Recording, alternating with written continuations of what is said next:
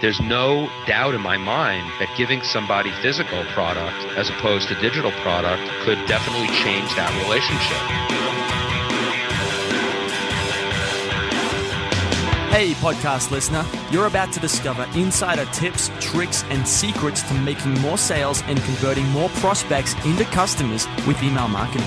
For more information about the Email Marketing Podcast or the Autoresponder Guide, go to dropdeadcopy.com/podcast.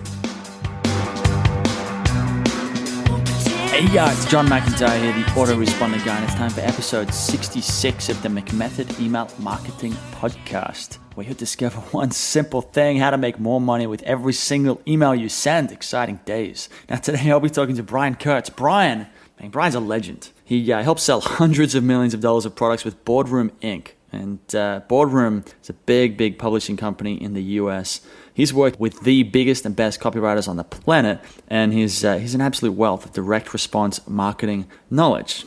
So he's actually a friend of a friend, and that's why I wanted to get him on the podcast. This is kind of a little connection there. And he's got some cool stuff to share. Today we're going to talk about storytelling and how that leads to lessons, multi-channel marketing. So Brian's not an online guy. Brian's an offline guy. So we're talking hundreds of millions of dollars with direct mail. As far as I know, it's all direct mail or advertisements, things like that, offline stuff. So he's big on multi-channel marketing, TV commercials, so like infomercials. I think that was one of the things they do as well. And he's huge on this stuff. Okay, and we also talk about the entrepreneurial challenge of I think a lot of people start as copywriters, and then eventually you get to this point where, do you want to be a copywriter or do you want to be an entrepreneur? Because they're very different things and they require a different skill set. If you want to be the best copywriter in the world, you can't really be the best entrepreneur in the world, right? Or if you want to be an entrepreneur, you're not really going to have the time to, say, be the best copywriter. I'd say it might not be an either-or thing like that, but you'll see what I mean when you get there. We're going to talk about that in this episode. To get the show notes for this episode of the Email Marketing Podcast, go to themcmethod.com/66 for 66. This week's McMaster's Insight of the Week. If you don't know, McMaster's is my private training community where you can get access to training programs like the McIntyre method, pages that convert, a bunch of different things where you basically learn how to create a 10 email autoresponder sequence, how to set that up in your business, and how to create landing pages for it, sales pages that are going to make you money.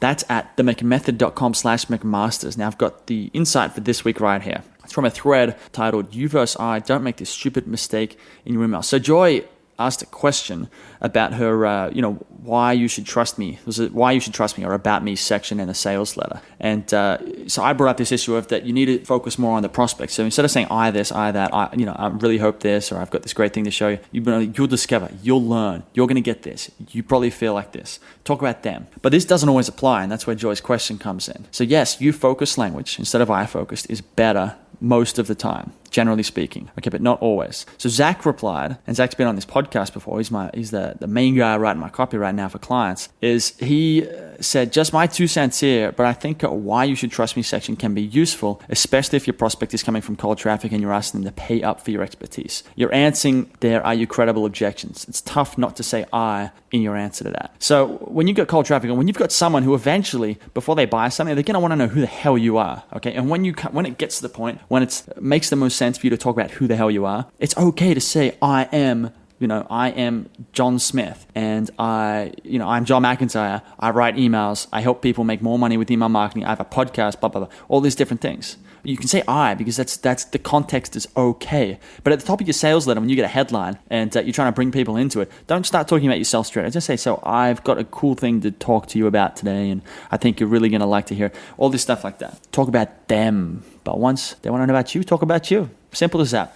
Now, if you want to spread the word about the Email Marketing Podcast, which you really should, go to iTunes, go to the store, search for the McMethod Email Marketing Podcast, leave me a review. I will read the review out on the show. Make it 5 stars if you can, but if not, that's cool too. But give me a suggestion, give me some feedback, whatever you feel like. I can take the feedback. So go and do that. That's in the iTunes store. I've got one listener question, then we'll get into this interview before I get too crazy here. Would you recommend a long email or a short one that drives people back to your website? This is an easy question to answer, and that is, if you're trying to drive people just back to your website to, say, a blog post or something like that, give them what's called teaser copy. So 50 words, 100 words of just teasing them, making them curious, and they have to click the link to go to your site to find out what it is. If you've got a sales letter, on the other hand, that's a little bit different. That will require a bit more longer copy because you might want to pre-frame the sales letter before they get to it. Okay, that's it for now. Let's get into this interview with Mr. Brian Kurtz. It's John McIntyre here, the autoresponder guy. I'm here with Brian Kurtz. Now, Brian is a partner in Boardroom Inc., and he was partly responsible for taking that company to over, was it $150 million? So we were just talking about this. And he's just an absolute expert in this direct response stuff, in not so much email specifically, but so much of what these guys do in the real world outside of the internet is directly applicable to online. And this offline stuff is so much bigger. Like sometimes, us on the internet here sending emails, we think we're so cool and that we're such ninjas for being able to send emails and make money. But the world outside of the internet, outside of these product launches and JVs and affiliate marketing is so much bigger. And so Brian came to me through another friend who's been on this podcast, Greg Rollett, and he's just a pro at this stuff. And I'll openly admit, I don't know much about this stuff. I've written a lot of copy. I've never done direct mail because that's not where I kind of got in. I never got in with a business like that. So even I'm a beginner. I'm an amateur at this stuff. I know how to write emails and maybe the sales letter every now and then, but that's it. So I'm going to learn a lot today as well. Brian, how you doing? Good. How are you? This is an honor. Based on who you've interviewed, I'm in good company. Let's put it that way. And we were just talking about Perry Marshall, who you interviewed recently, and he's one of my close friends and gurus. And I think I would start by saying, just to jump on what you just said about me, I think I said to you in preparation that I just recently bought a URL that I'm not using. So if you go there, there's nothing there. But I just bought the URL for the sake of buying it. And the URL is www.singlechannelmarketingissoboring.com. And so the reason why I bought it so I could tell you that. So it's funny and I can make you laugh on an interview, for one thing. But secondly, it's very, very meaningful to me to talk about that being in any single channel. I was in direct mail for most of my career. I still am, but I've never been in one channel. To say, I think you're right to say that I wouldn't consider myself an expert in online and email marketing, but I am no Luddite. I mean, I had trouble getting on Skype today, but that's a different discussion. I'm a techno idiot on the one hand, but on the other hand, I know good copy when I see it. I know a good email promotion when I see it. And I know that to be in any single channel is a huge mistake if you're in business building mode. And from what you've told me, your audience is very much interested in building businesses, not just having a series of revenue events. And I think that revenue events are fine. You got to pay the bills. I'm on my last. My daughter's graduating from college on next Sunday, so I'm done with tuition payments. So cash flow is a little different for me going forward, but it's a huge issue for me and everybody else. So I'm not saying don't make money. I'm not saying don't create revenue events, but to be in a world, say, of just affiliate marketing as your only way of buying media, and we can get into a lot of details on all of this stuff, but using that as an example, huge mistake. And that doesn't mean you shouldn't be in affiliate marketing. It's a great way to generate money. It's a great way not to pay for media and actually make money and share it with your partners. But if you think, or anybody on this call thinks that to ignore the media choices that are available to us other than affiliate marketing and online, you're missing opportunities up the wazoo. And so if I could give that message today as sort of the overview, I think I've done a great service to your audience, and then we can drill down wherever you want to go. But I've been in every medium. I used to say I never met a medium I didn't like. Okay. I've been in direct mail, I've been in TV, I've been in radio, I've been in space, I've been in inserts, and I've been all over the internet. So not to say I've done every one right all the time, and if I did them all right at the same time, I probably wouldn't be talking to you, but I would be vacationing in Thailand. So. So this kind of reminds me of this is probably happens a lot all the time online where someone, and we talked about it before I hit record here, where someone creates an ebook and they do a product launch, we say product launch formula or something like that, and they make some good money. Maybe they make 50 grand or 100 grand or 20 grand or whatever it happens to be, a lot of money to them, and that moment would change a lot of things for them if they've never done it before. And what people might fall into in that moment is thinking that they've made it or that they have a business now, and that's really not true in the sense that like a product launch or one promotion or one product, it's not, it's a business in the sense that you just sold a product instead of your time for money, so you're not an employee, but right. It's not a very good business. Like, if you want to have a good business, you would have talked about what you're talking about here is instead of going single channel, so just if someone's running a channel as, say, Facebook or Google AdWords or direct mail, you want to be going in, like basically having different legs everywhere. So you want to have all these different channels, several different products, where you're building out an entire suite. You're building a business, not just one product stream. Yeah, and so I'll build on what you said, and that was brilliant, what you just said. And so using product launch formula, I'll use that as the example. Jeff Walker is I'm not name dropping, but he's a very, very close friend. I'm in his Platinum Plus mastermind group, and I don't even do launches online. Why would Jeff Walker want me in his product launch formula highest end mastermind group? Well, he'll take my money for one thing, but Jeff's not about the money. He wants me in that group because I educate in different areas that no one else has been exposed to in that group. And now these are the people in that group are the people who use product launch formula at the highest level. Like, these are people I really look up to. They know how to maximize launches online to the nth degree. But the reason why they're really good at what they do is that as soon as they get a successful launch, whatever the dollar figure is, 20,000, 100,000, and of course, people talk about the $1 million launch. How much do you really keep when you do $1 million launch that's completely affiliate? I mean, half of it's gone already to the affiliates, and then how much of the 500,000 did you spend on everything else that you had to spend on? So again, what's the net? So I'm not saying you shouldn't do that. It's a really easy way. You don't have to pay for media. It's a great way to launch a business. Launches launch businesses, there's no doubt. But if you're going to live launch to launch, I think you're nuts. First of all, being in the launch mode online is like living in a fire drill, which is something I refuse to do. I mean, I'm old, so, I don't have the patience for that. And I've done launches, so it's not like I haven't done them, but and I've done direct mail launches since 1981. So it's not like the word launch was not invented by an internet marketer, just so you know. People have been launching products and businesses forever, but the online launch concept, and I think you hit it right on the head and brilliantly, that don't mistake, a successful launch for a business. I gave you two quotes before we hit record, and I'll repeat them here for everybody. One is from an internet marketer who I really respect. His name is Chris Farrell from the UK. And Chris said, "The product is not a business." And then the other quote is from John Carlton, who's a crusty, old-time direct marketer like me. And what John says is a promotion is not a business. And John is one of the best copywriters who's ever lived. So the idea that knowing that a particular product, I mean, there are people online that get a killer product or a killer promotion. And that promotion, they start going out to all of the affiliates and they start crushing it, as it were. I hate that word. They start crushing it everywhere they go.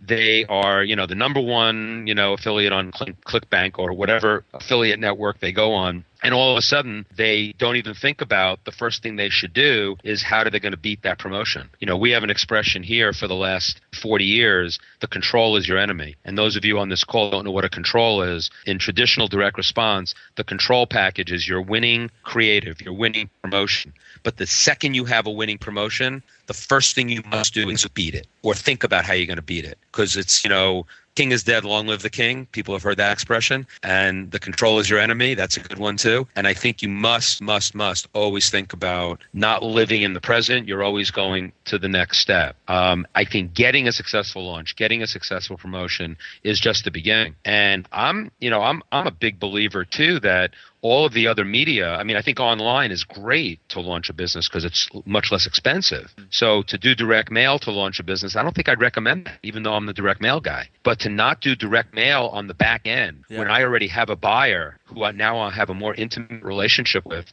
the beauty of doing things like direct mail or telemarketing, outbound telemarketing, with actually shipping physical product as opposed to just digital product, you can start seeing the value add that you might have to parts of your audience that would appreciate a more intimate relationship, a more concrete relationship, and one that has a higher perceived value. Frankly, whether you like CDs, whether you like USBs, whether you like physical product versus a digital product or not, there's no doubt in my mind that giving somebody physical product as opposed to digital product could definitely change that relationship. To do that on the front end, which I did my whole career, is tougher and tougher to do these days. I mean, the U.S. Postal Service isn't helping me at all.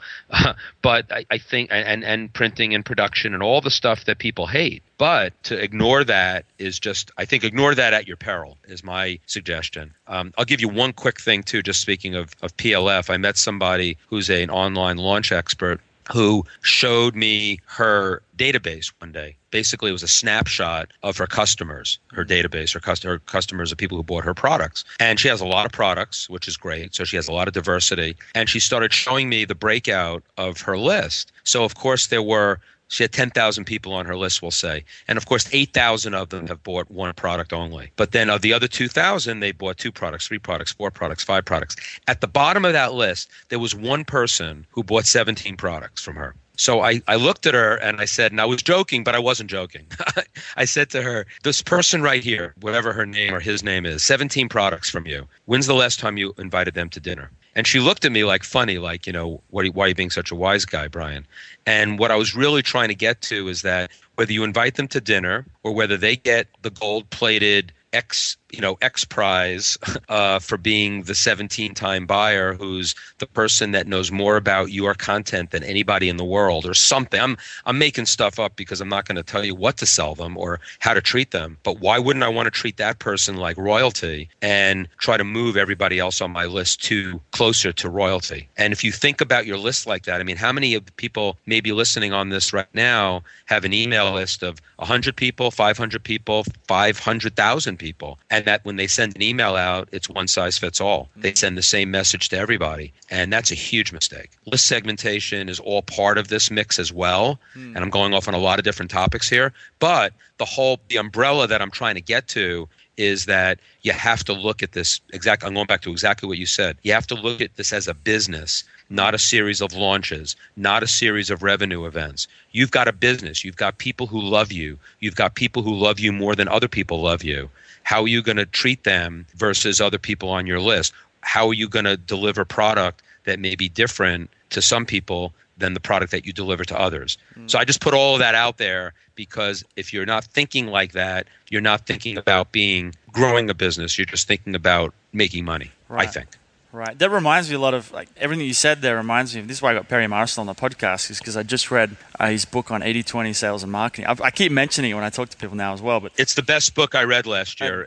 Best business book. Yeah, great book. Yeah. And it's based on a basic, the Pareto principle, and he took it to a whole nother level, which was very cool. Yeah, and it just basically focus on the right stuff and you get a much higher return. But one thing I thought about, like recently because I've been testing a new forum out where people pay per month to go in, and because everyone's going about recurring revenues, the best thing in the world. And as I thought about it more, I started to realize that no, it's not really. The whole point of being an entrepreneur is there's that old French definition, which is, an entrepreneur is a guy or girl who moves resources from a lower area field to a higher area field. So it's kind of like all the job of the business owner, not necessarily the copywriter, but the business owner or the entrepreneur is to figure out ways to increase the lifetime value of the customers, how much money they spend with you, and try to lower the cost of the amount that you have to spend to acquire that customer, and then to scale that as large, as high as possible. Exactly. And you just do that on every channel, and you add more products into it. And the reason why I mentioned Perry Marshall is because he's got his thing in that book that he mentions the conversion triangle, I think, the traffic and conversion thing, where you've got traffic at the front, or at the top of the triangle, and then on the bottom right-hand corner, you've got conversion, because you've got to make that traffic do something,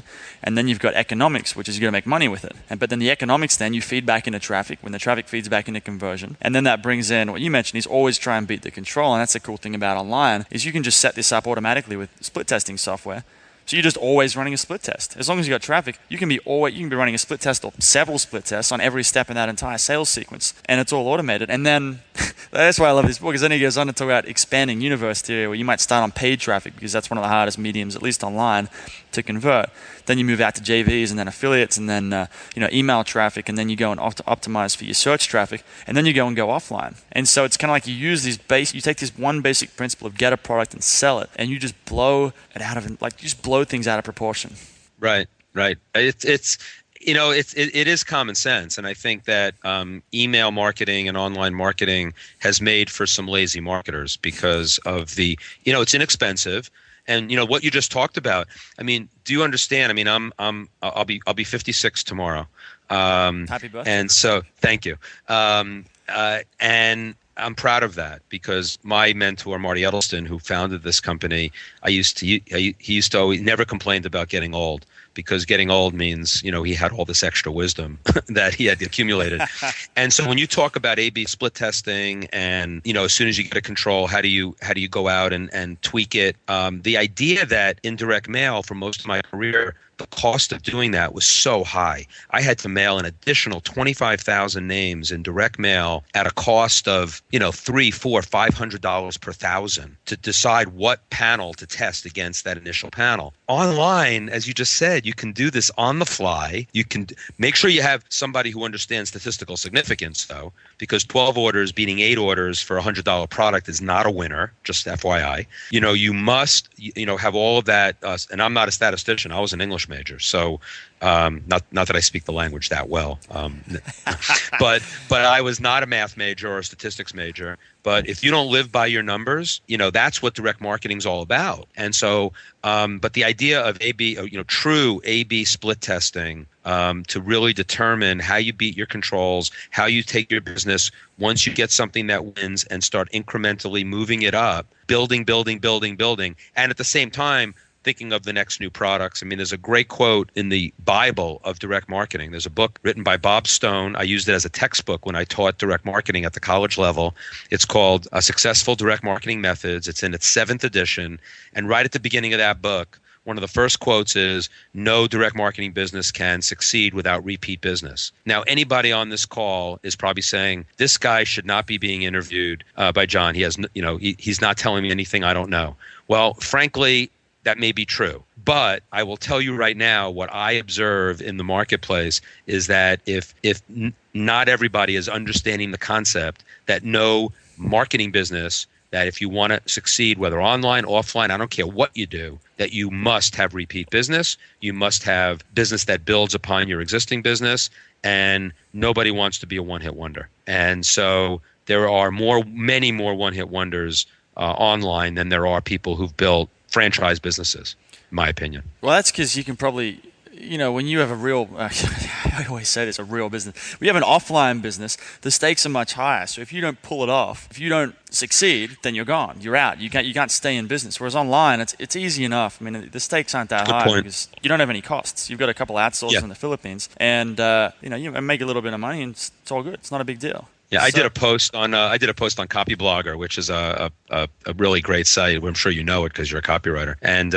my post on there, my article on there that I've done, it's called "How Paying Postage Made Me a Better Marketer," and it talks about 9 things of why the thought process it takes when the stakes are as high as you said. I'm not sitting here running around saying, oh man, I'm a better marketer because I pay postage and I paid all this money to do direct mail. I mean, maybe I'm the idiot, right? I mean, I should have figured out how to do a lot cheaper marketing earlier, but the discipline that it took to do that has really been something that I'll take with me as I move into all kinds of media, cheap or expensive. It doesn't matter. The discipline of marketing is the discipline of marketing, which you hit on perfectly. It's kind of like there's almost like pros and cons of, you're online, there's less downside, but that also means it's easy to be lazy and kind of give up. Because offline, there's a lot more downside, but that at the same time forces you to up your game. Absolutely. There's also a lot bigger upside. I'll still say that nothing still scales like direct mail.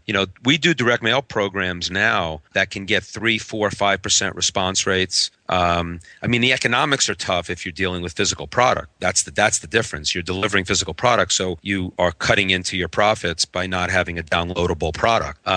But if you do your direct mail right today, the response rates are as good as they've ever been. The problem is the list universes aren't as big, and then your margins are tighter because of physical product. So the risks are much higher. But I just want people to know, that's why I was emphasizing that using direct mail on the back end of an online business, once you have customers who have already paid money with you, the investment that you can make in them is much higher, and therefore using quote unquote more expensive media is going to have a chance of paying out. And I'll just tell your audience that the response rates that you're going to get with direct mail, even with an audience that may be not used to responding by direct mail, but they're used to responding to you as a guru. I mean, look at Dan Kennedy. Dan Kennedy, he swears by still sending out his print newsletter on the back end. Once you're a $60, a month member of whatever he's doing. Don't underestimate physical product.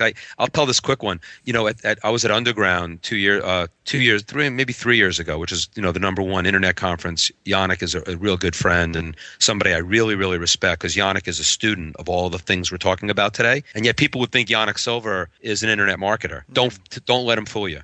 Yannick Silver is a direct marketer.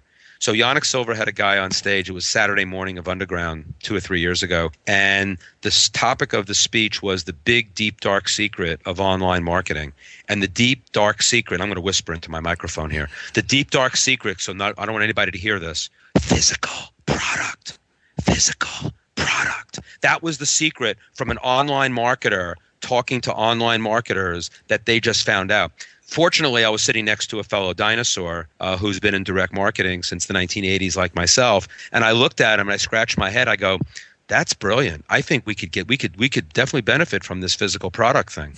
I just want you, and I'm not bragging, it's not bragging if you did it. I mean, I sold $300 million worth of books, hardcover books on TV over a 3-year period.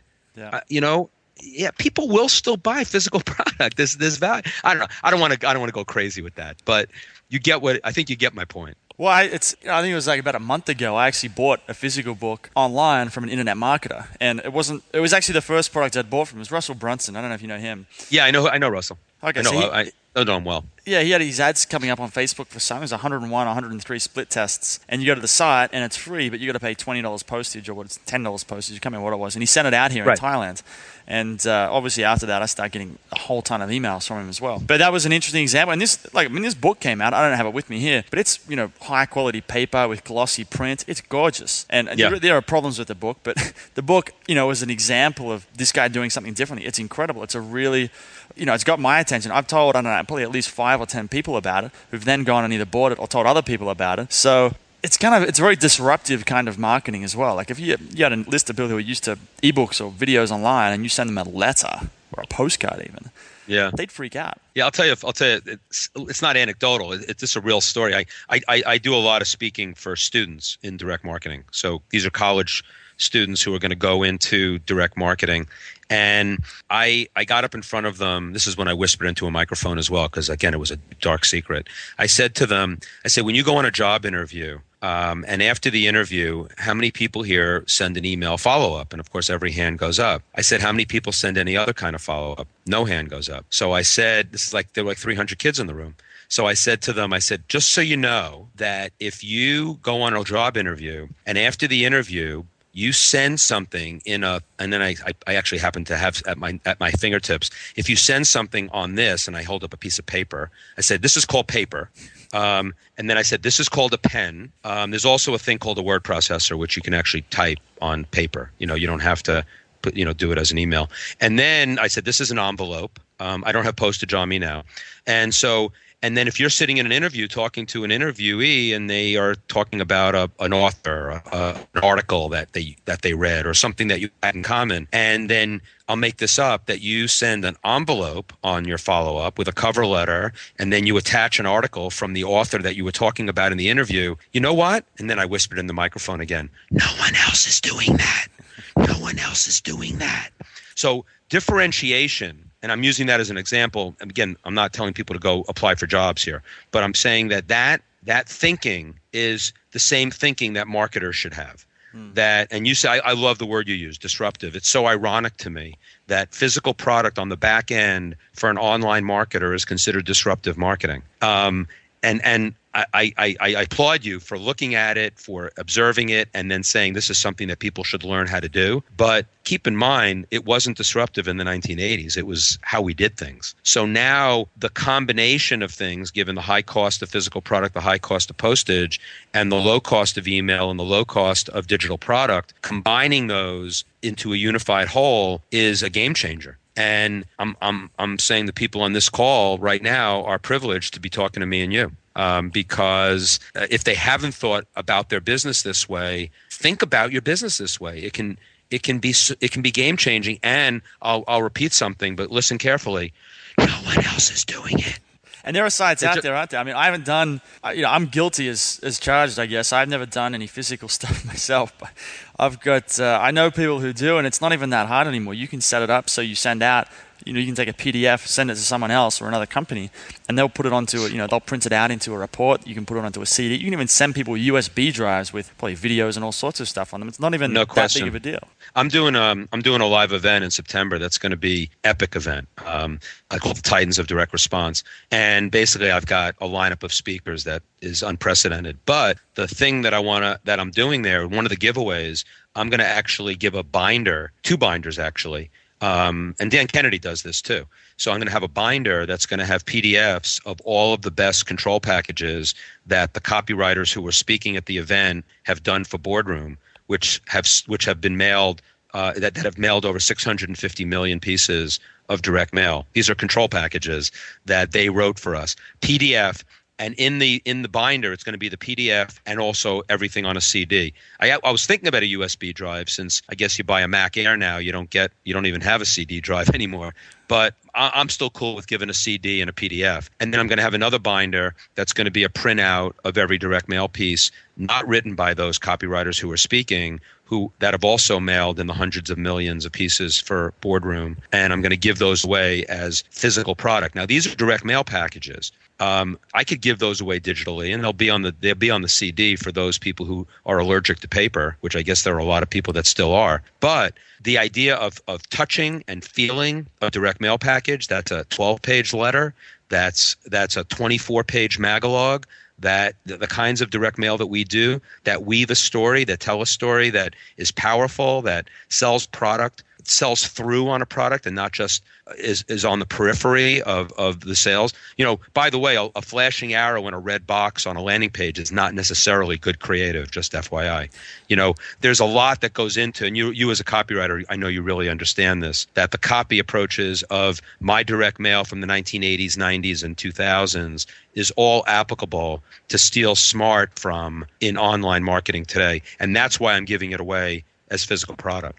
I'm giving it away on digital too, but I'm giving it away on physical product because it existed as physical product first. Right. And again, so the whole pattern interrupt, or the disruptive idea I mentioned before, is it's almost like marketing is kind of like the art of figuring out what's going to disrupt someone the most. So it's kind of like when no one's saying lose weight, the person who comes out and says lose weight as their headline disrupts the person, because someone's like, well, no one's told me that before. I want to buy this product. But then everyone starts saying it, and all of a sudden you got to say something else. And then when online doesn't exist, if you have something online, that's disruptive. But if everyone's doing online and no one's doing offline, then offline's disruptive. So it's almost like the game's always shifting. So a good marketer is always basically taking in the environment, the surroundings, and kind of saying what's everyone expecting, and then going, I'm going to do the opposite of that. Yeah, you as a copywriter, you'll love the title of an interview I did with my friend Joe Polish, which is actually on my site for free if people on your list want it. And the interview is said, everyone is going right, time to go left, and which is exactly what you just said. And it's really about direct mail for internet marketers, but it introduces this concept that it's not that we're not telling people to replace online marketing with offline marketing. We're encouraging people that there's this thing that people aren't doing that you're going to stick out. I mean, I know some online marketers that are just doing incredibly well with I bet Russell did great with that back end book to his online audience. So anyway, that I have a ton of stuff on my site that your folks are welcome to eat it up. It's all free. I mean, it's briankurtz.me, www.briankurtz.me. I'm not selling anything there. And they can opt into my list. I'm blogging every week on all of these kinds of topics. But I want them to have that interview in particular. So it's on there. I think it says everyone is going right, time to go left. Okay, I'll have a link to that on the show notes at themcmethod.com. One thing I've been meaning to ask you about, which we talked about a little bit before, is this whole idea of being a beast of marketing. And in this case, being a beast is a good thing. Tell me about that. Yeah, so Marty Edelston, who passed away this past October, and he was my mentor. He's the guy who founded Boardroom in 1972. An entrepreneur's entrepreneur. I mean, and he was a beast. And Marty was a tenacious marketer, but he was also incredibly generous as well. And I think that's what makes, to me, a beast. The beast sounds like, very aggressive, always on the prowl, always sell the most. And my definition here would be, tenacious yet generous marketing.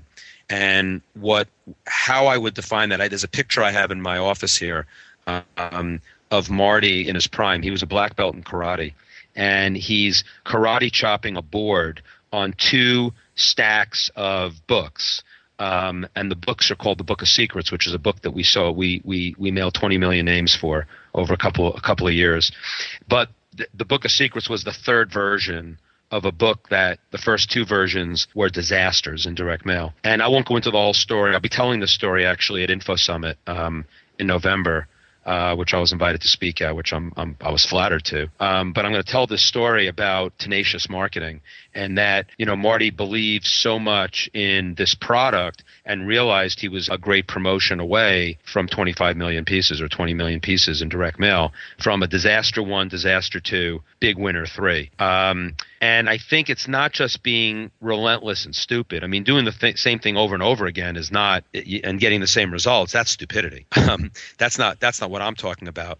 But Gary Halbert, who's one of the great copywriters of all time, had the classic line that, every business problem can be solved with a great sales letter. And so this idea of being a beast in marketing and being tenacious, you have to put it all together. It's not any one thing. We've already talked a little bit about, the product alone is not enough. The promotion alone is not enough. The list and the segmentation and the media buying is not enough by itself. You must put all of those things together, and to be a true beast of marketing involves making sure that you have experts in all of those areas.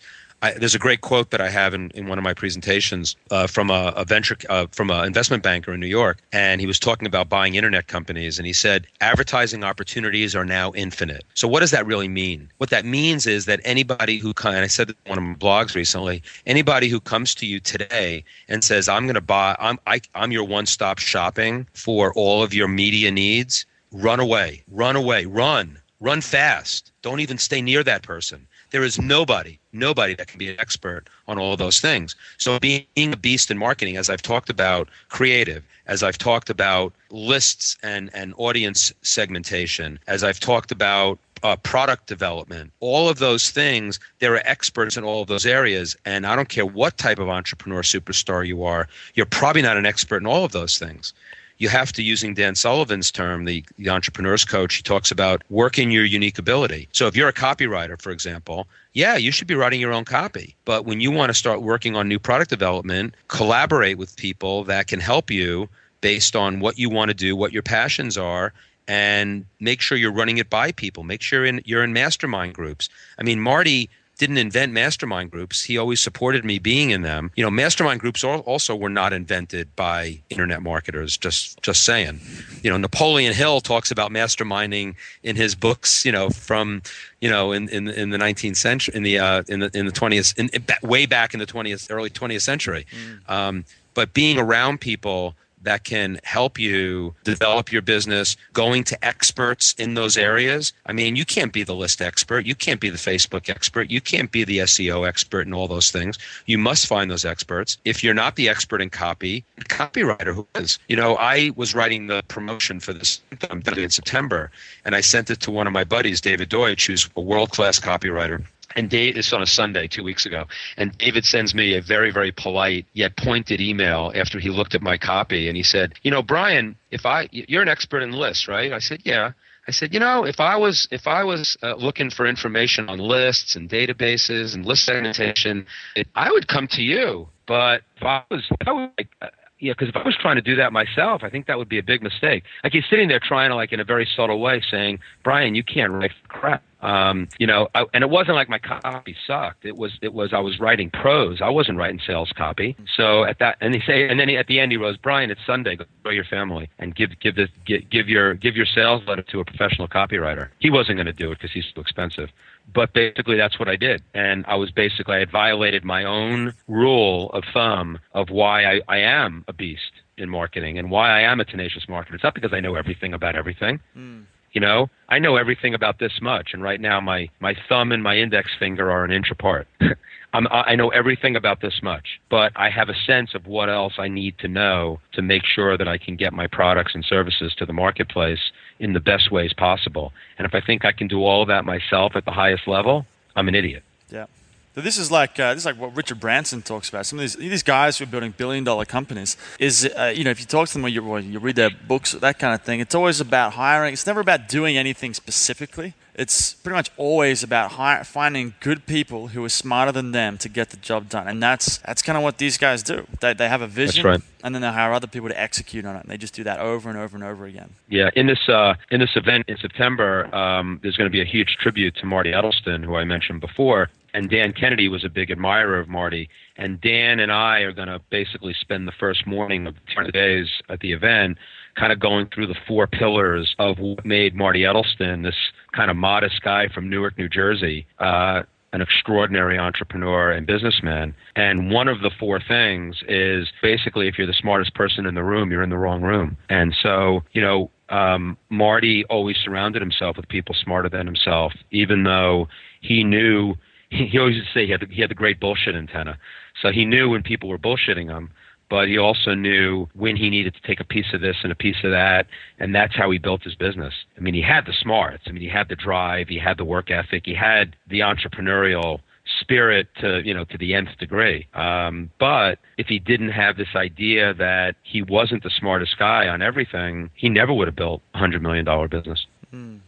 Well, tell me about this event, man, and then because we're getting up to about time here. So before we go, though, you keep mentioning this event with all these speakers. You've told me a bit about it, and I wish I could be there for it, but I'm not going to be in the States, I don't think. But tell me about it. Tell the listener about it, because I'm sure there's a few of them that are going to be in the area. Yeah, so I'm not, and I wasn't planning on going on this call to pitch anything. I'm not a sales guy. I'm the only guy that's ever spoken at a Glazer Kennedy event that didn't sell anything from the stage, so I'm very proud of that.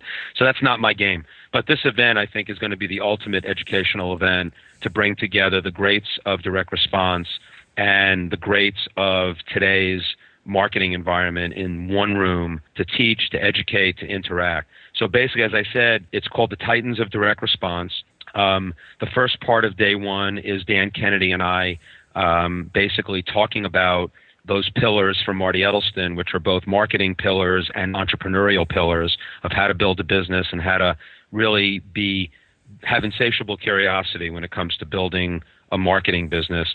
Dan's going to actually do a bunch of things on his creative approach that he has not shared at other events, so that's going to be kind of cool. Then after that, I'm going to have what I call the boardroom's Mount Rushmore of copywriters, and there'll be 4 copywriters on this panel who are responsible for 650 million pieces of direct mail, all profitable direct mail. So it's not like mail we threw away. It was mail that actually got mailed with response rates. So that's the Mount Rushmore, the 4 best copywriters for Boardroom currently, and that's David Deutsch, Paris Lampropoulos, Eric Betwell, and Arthur Johnson. Maybe people have heard of them, maybe they haven't. These are 4 of the best copywriters in the world. After them, I am going to have the best copywriter in the world, Gary Bencivenga, who is no longer writing, and yet he has his own business. And he is going to speak, and he never speaks anymore. He did the Bencivenga 100 many years ago, and that was his farewell to the direct marketing industry. But Gary thought that he needed to be on stage for this event, so then he'll speak for an hour on things that he has not talked about since his retirement. And if anybody in copywriting or creative, we're talking about copywriting royalty here. Then after him, I'm going to have Ken McCarthy, who's basically, if Al Gore invented the internet, Ken McCarthy invented Al Gore. So Ken McCarthy is one of the pioneers of internet marketing, and yet he's a direct response. He's my age, so he's got the experience. He's studied all the greats of direct marketing, and yet he's no Luddite by any means, and just the opposite. He's still doing tons of stuff online, doesn't speak anywhere anymore. Used to have the System Seminar, which is probably the best marketing seminar that you could go to in the 80s and 90s. Then that's day one. Day two, I'm going to have Perry Marshall, who you've had on this podcast. He and I are similar in that I think we're bridges between the past and the present. Perry's a lot smarter than I am, so that's why I'm having him speak, because why do I want to be the smartest person in the room? I'm by far, I'm maybe the dumbest person in the room. So I'll have Perry Marshall. Then I'm going to do one-on-one interviews with Jay Abraham, who's one of the great pioneers of direct marketing. Then I'm going to do a one-on-one with Joe Sugarman, who is the inventor of blue blocker sunglasses and probably Sharper Image, and any high-tech cataloger owes Joe Sugarman a debt of gratitude for inventing that category. Those will be interviews with them. Then I'm going to have, in the afternoon, I'm going to have Greg Renker of Guthrie Renker, which is the largest infomercial company in the world. I think they're close to a $2 billion business. But it's not to talk just about direct response TV, but it's to talk about multi-channel marketing on steroids.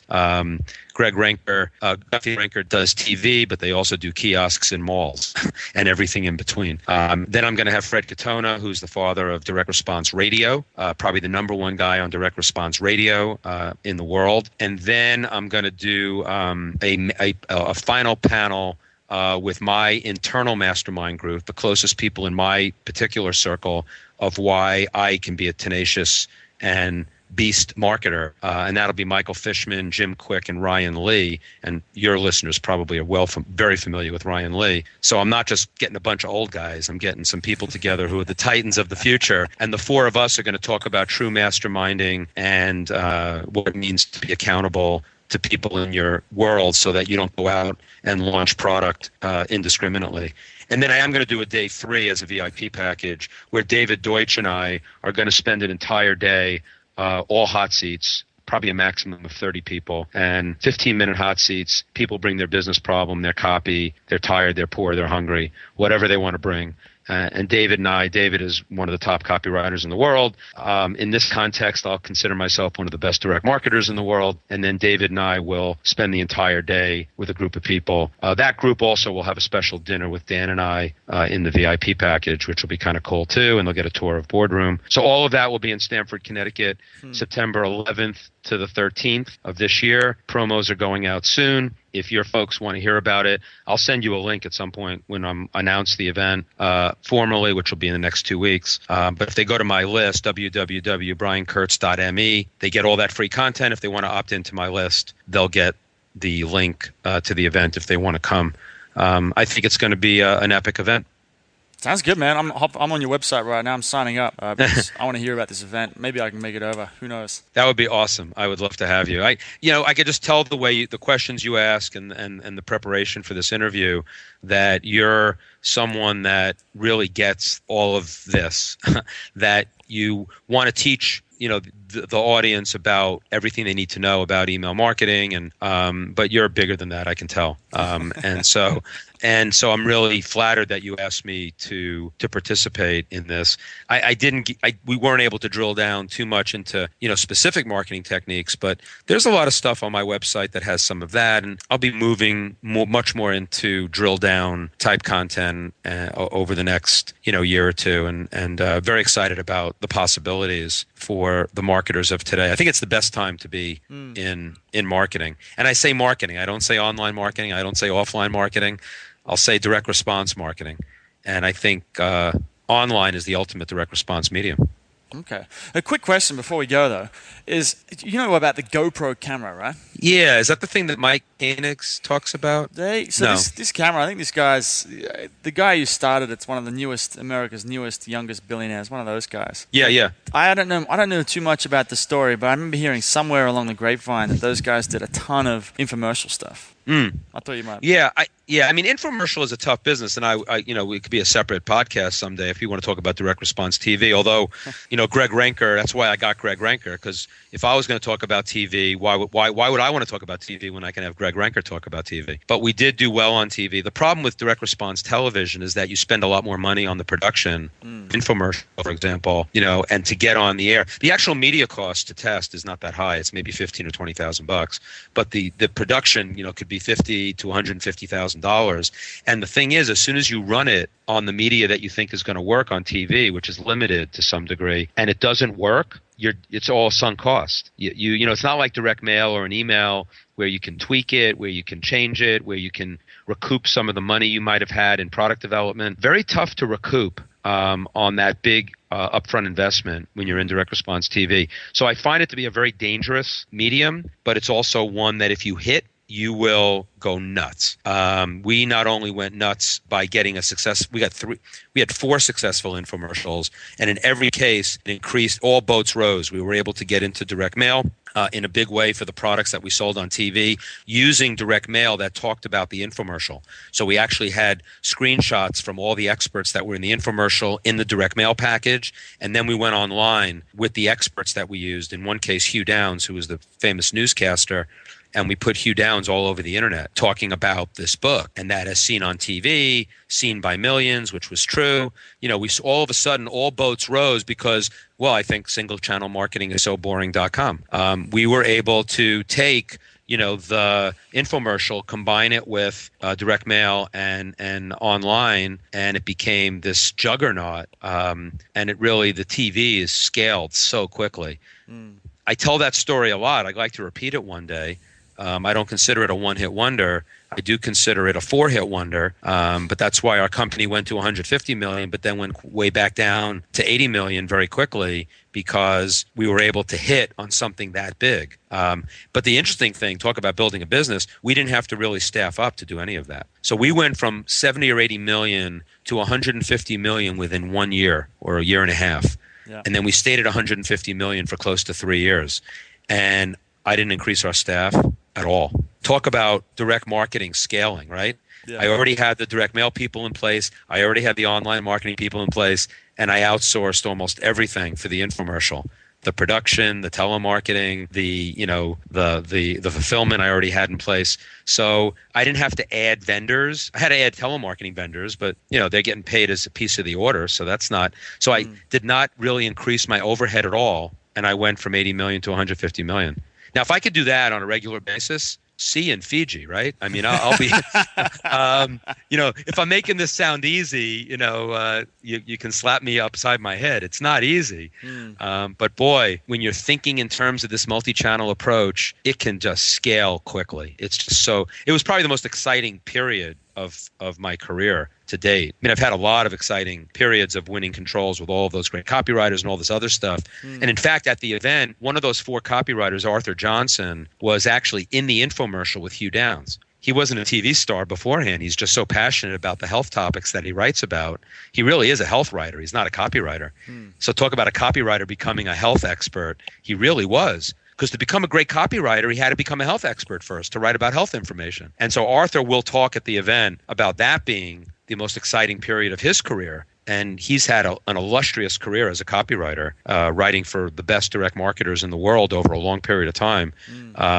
And he considers that whole infomercial to direct mail to online as the most exciting marketing that he's ever done in his career. So that case history will be really mapped out. On my site, there's an interview that Perry Marshall did with me, which is about, I think it talks about the 3 biggest successes of my career or something like that. And I map out the case history from my perspective on that interview, if people want to take a listen to that. But then Arthur will give it from the perspective of the copywriter and from someone who was actually on camera the whole time. So I went crazy there when you said infomercial, but I wanted to get all that in because it's a phenomenal medium. I mean, direct response TV. And that's why I think radio is a forgotten medium. Yeah. And a lot of online marketers have found it. I mean, you hear a lot of stuff online on the radio that are online marketers using radio for lead generation. And that's why I went and got Fred Katona to speak. Because I said to Dan Kennedy, who's the number 1 guy in direct response radio?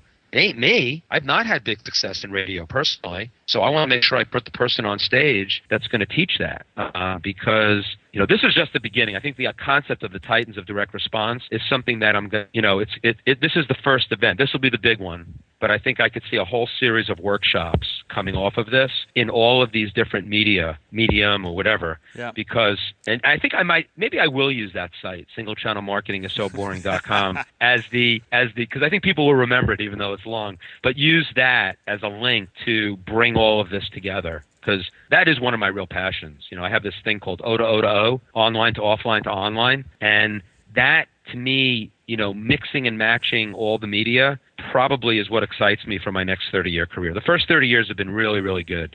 I'm really happy with my first 30 years. But now I got to decide what I want to do when I can really grow up. So these next 30 years are all about this, merging of the old and the new, merging online and offline, and being a bridge, being Perry Marshall Jr. maybe. Sounds good. Sounds good, Brian. Well, I'll have to get you back on sometime in the future. Maybe in 20 years' time, we'll have to talk about what's happened since then. Yeah, I'll be in a wheelchair, but yeah, sure. Absolutely. Well, I really appreciate you coming on the show, Brian. Okay, thanks. Hey everybody, thanks for listening. If you want to discover more insider tips, tricks, and secrets about driving sales with email marketing, sign up for daily email tips from the autoresponder guy. Go to dropdeadcopy.com/podcast. Sign up, confirm your email address, and I'll send you daily emails on how to improve your email marketing and make more sales via email. You'll find out why open rates don't matter and the 7-letter word that underlies all effective marketing and much more.